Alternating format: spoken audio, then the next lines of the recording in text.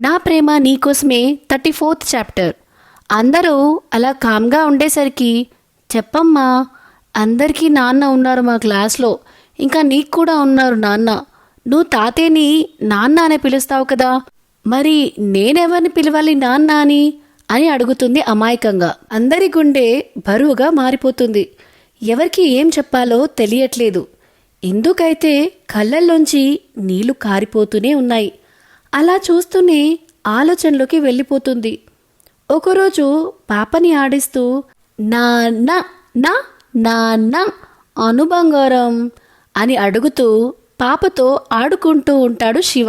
అప్పుడే అక్కడికి వచ్చిన ఇందు, అయ్యో శ్రీవారు, మీ కూతురుకి ఇంకా 5 monthsే, అప్పుడే నాన్న అని పిలుస్తుందా ఏంటి అని వెటకారంగా అంటుంది. ఇప్పుడు కాకపోతే ఇంకొన్ని రోజులకైనా అంటుంది కదా, అందుకే ఇప్పటి నుంచే నేర్పిస్తున్నా అంటాడు శివ. సరిపోయింది సంబరం. అయినా ఫస్ట్ అత్తానో అమ్మానో అంటారు గాని నాన్న అని అనరు అని అంటుంది ఇందు. అందరి గురించి ఏమో కానీ నా కూతురు మాత్రం నాన్న అనే ఫస్ట్ అంటుంది అని కూతురు వైపు తిరిగి, ఫస్ట్ నాన్న అనే అంటావు కదా బంగారం అని చెక్కిలిగిలి పెట్టగానే కిలకిలా నవ్వుతుంది. వాళ్ళిద్దరిని చూసి మురిసిపోవడం ఇందు వంత అవుతుంది. మమ్మా చెప్పమ్మా, నేనెవ్వని పిలవాలి నాన్న అని? అందరి ఫ్యామిలీలో నాన్న ఉన్నారు, మరి నాకెందుకు లేరు అని అడుగుతుంది పాప. ఆ మాటలకి తేరుకున్న ఇందు పాపకి ఏం చెప్పాలో తెలియక తండ్రి వైపు బేలగా చూసేసరికి, ఇష్యూ తల్లి ఇలారా అని విష్ణుగారు పిలవగానే తాత దగ్గరకు వెళ్ళి విష్ణుగారి ఒడిలో కూర్చొని, నువ్వు చెప్తావా తాతయ్య అని అడుగుతుంది. హా తల్లి, కానీ నువ్వు చెప్పు, నీకు ఇప్పుడు ఎవరు నాన్న గురించి చెప్పారు అని అడుగుతారు విష్ణుగారు. అప్పుడు వాళ్ళ క్లాస్లో జరిగిందంతా చెప్తుంది. వాళ్ళకిప్పుడు అర్థమవుతుంది పాపకి వాళ్ళ నాన్న గురించి చెప్పే టైం వచ్చింది అని.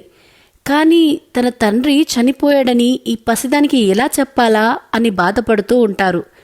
ఏమైంది తాతయ్య, నాకు నాన్న లేరా, ఎందుకు లేరు అని అడుగుతుంది.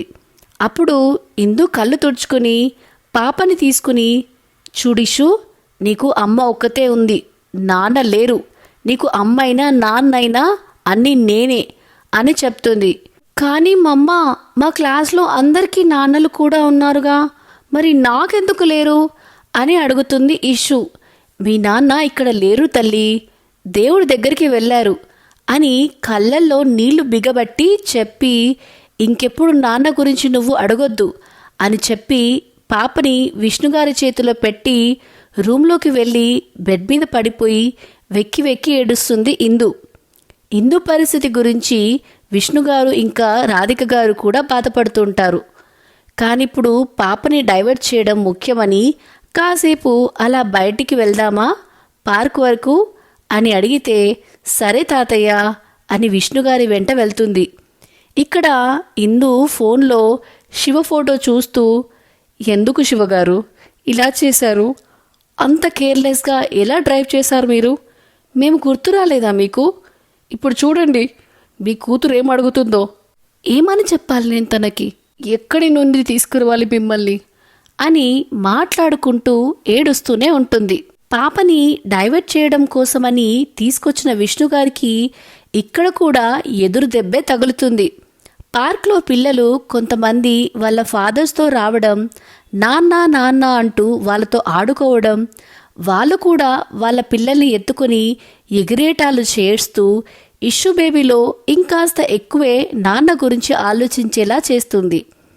ఏంటి తల్లి, ఆడుకోకుండా ఏం ఆలోచిస్తున్నావు అనగానే, అటు చూడండి తాతయ్య, అందరూ వాళ్ళ ఫాదర్స్తో వచ్చారు, ఎంత బాగా ఆడుకుంటున్నారో వాళ్ళ నాన్నలతో అంటుంది ఇష్యూ బేబీ. ఆ క్షణం పాపని బయటికి తీసుకొచ్చి తప్పు చేశానా అని అనిపిస్తుంది విష్ణుగారికి. తాతయ్య, ఆ దేవుణ్ణి మా నాన్నని మన దగ్గరికి పంపించేయమని చెప్పండి అంటుంది అమాయకంగా. ఆ మాటలకి విష్ణుగారికి గుండెను ఎవరో కోసిన భావన కలుగుతుంటే కళ్ళల్లో నిండిన నీళ్ళని తుడుచుకొని, నిజంగా నువ్వు మనస్ఫూర్తిగా కోరుకోవాలి కానీ ఆ దేవుడు నీకు నాన్నని పంపిస్తాడు తల్లి అని అంటాడు. ఆ క్షణం ఆ మాట ఆయన నోటి నుంచి ఎలా వచ్చిందో ఆయనకే అర్థం కాదు. కానీ అలా జరిగితే ఎంత బావుండు అని మాత్రం అనిపిస్తుంది. నిజంగా నా తాతయ్య, అయితే నేను మా నాన్న వచ్చే వరకు దేవుడిని కోరుకుంటాను అని చెప్తుంది ముద్దుగా. సరే తల్లి, ఎలాగూ పార్కుకి వచ్చాం కదా, కాసేపు ఆడుకొని వెళ్దాం. ఇప్పుడు నాన్న లేకపోతే ఏంటి, నేనున్నాను కదా, నేను ఆడిపిస్తా నిన్ను అని కాసేపు పాపని ఆడించి కాస్తైనా పాపని డైవర్ట్ చేయగలుగుతాడు. విష్ణుగారి ఇంటికి వచ్చేసరికి ఇందు కనబడు హాల్లో. వచ్చారా, అప్పుడెప్పుడో వెళ్ళారు, ఫ్రెష్ అవుతురు పదండి అని పాపని కూడా వాళ్ళ రూంలోకి తీసుకెళ్తుంది రాధిక గారు. ఇందు ఏం చేస్తుంది రాధిక అని అడుగుతారు విష్ణుగారు. ఏముంది, ఏడ్చి ఏడ్చి అలాగే సోయి లేకుండా పడుకుంది. ఇప్పుడు లేపితే మళ్ళీ ఏడిపించిన వాళ్ళమే అవుతాం, అందుకే లేపలేదు, పడుకోనివ్వండి అని బాధపడుతూ చెప్పి పాపని తీసుకెళ్ళి ఫ్రెష్ చేయిస్తుంది. విష్ణుగారు ఇందు దగ్గరికి వెళ్ళి బ్లాంకెట్ సరిగ్గా కప్పి తల నిమిరి, ఇంకా ఎన్ని రోజులు తల్లి నీకు ఏడుపు అని ఆయన కూడా కన్నీళ్లు పెట్టుకుని అక్కడి నుంచి బయటికి వస్తారు. విష్ణుగారికి రాధిక గారికి కూడా ఏం తినాలి అనిపించక పాపకి మాత్రం ఫుడ్ పెట్టి ఆ రోజుకి వాళ్ళ దగ్గరే పడుకోబెట్టుకుంటారు. మరుసటి రోజు కాస్త పొద్దున్నే లేస్తుంది ఇందు. నిద్ర చాలాసేపు పోయినందుకో, ఏడ్చి ఏడ్చి తన భారం దింపేసుకున్నందుకో కానీ కాస్త ప్రశాంతంగా అనిపిస్తుంది. వెంటనే నిన్న జరిగిన విషయం గుర్తొచ్చి కాస్త బాధగా అనిపించినా ఇది ఎప్పటికైనా ఇష్యూకి అర్థం కావలసిన విషయమే, తనకి కాస్త మెల్లిగా అర్థమయ్యేలా చెప్పాలి అని ఫిక్స్ అయ్యి లేచి ఫ్రెష్ అయ్యి ఇష్యూ కోసం తనే బ్రేక్ఫాస్ట్ చేస్తుంది. రాధిక గారు లేచేసరికి ఇందు కిచెన్లో ఉండడం చూసి, ఏం చేస్తున్నావు ఇందు అని అడుగుతారు.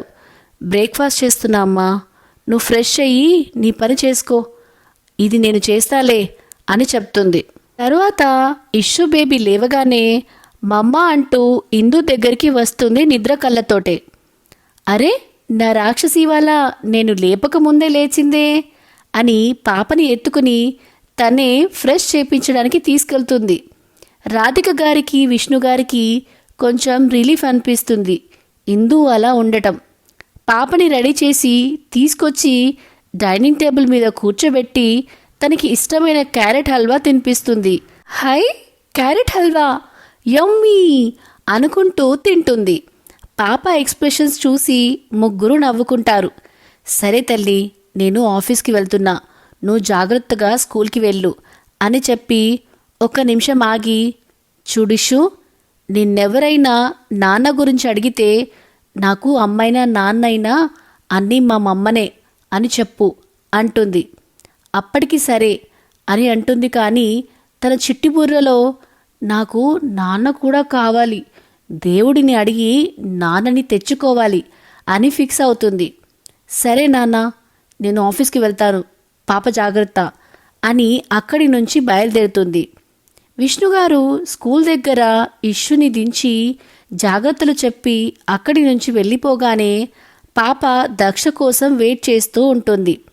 అప్పుడే అక్కడికి వచ్చిన దక్ష పాపని ఎత్తుకుని, సారీ బేబీ, వెయిట్ చేయించానా అని అడుగుతాడు.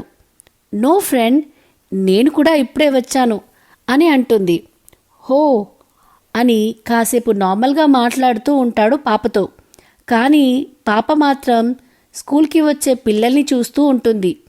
ఎందుకంటే అందులో కొందరు పిల్లలు వాళ్ళ నాన్నతో కలిసి వస్తున్నారు. అందుకే అటువైపే చూస్తూ ఉంటుంది. పాప తన మాటలు పట్టించుకోకపోవడం గమనించిన దక్ష, ఏంటి బేబీ, ఏం చూస్తున్నావు అని అడుగుతాడు. వెంటనే పాప దక్ష వైపు తిరిగి, ఫ్రెండ్, నన్ను టెంపుల్కి తీసుకెళ్తావా అని అడుగుతుంది ముద్దుగా. టెంపుల్కా? కానీ ఎందుకు బేబీ అని అడుగుతాడు. అది టెంపుల్లో దేవుడు ఉంటాడు కదా, నేను ఆయన్ని ఒకటి అడగాలి అంటుంది. హో, ఏం అడగాలి? నీకేం కావాలో నాకు చెప్పు, నేను తెప్పిస్తా అంటాడు దక్ష, ఏవో బొమ్మలు అడుగుతుందేమో అనుకొని. నో ఫ్రెండ్, అది నీ దగ్గర లేదు, దేవుడి దగ్గరే ఉంది, మా అమ్మ చెప్పింది అని చెప్తుంది. హో అవునా అని, సరే ఎప్పుడు వెళ్దాం అని అడుగుతాడు. ఇప్పుడే అంటుంది. ఇప్పుడా అని ఆలోచించి, ఇప్పుడే వెళ్తే మరి నీ స్కూల్ అని అడుగుతాడు. స్కూల్ అని ఆలోచించి, ఈరోజు డుమ్మా కొట్టేద్దాం అంటుంది ఇష్యూ బేబీ.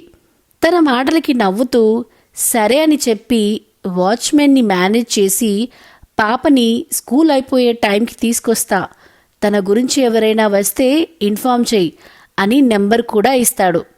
సో ఇదేనండి నా ప్రేమ నీకోసమే 34th చాప్టర్. పాప తన తండ్రి గురించి ఆలోచిస్తుంది అని దక్షకి తెలుస్తుందా? ఈ స్టోరీ కనుక మీకు నచ్చినట్టయితే లైక్, షేర్ అండ్ కామెంట్ చేయండి. అలానే ఇలాంటి మరిన్ని ఆసక్తికరమైన కథల కోసం మన ఛానల్ ద నావెల్ విస్పరర్ని సబ్స్క్రైబ్ చేసుకోండి.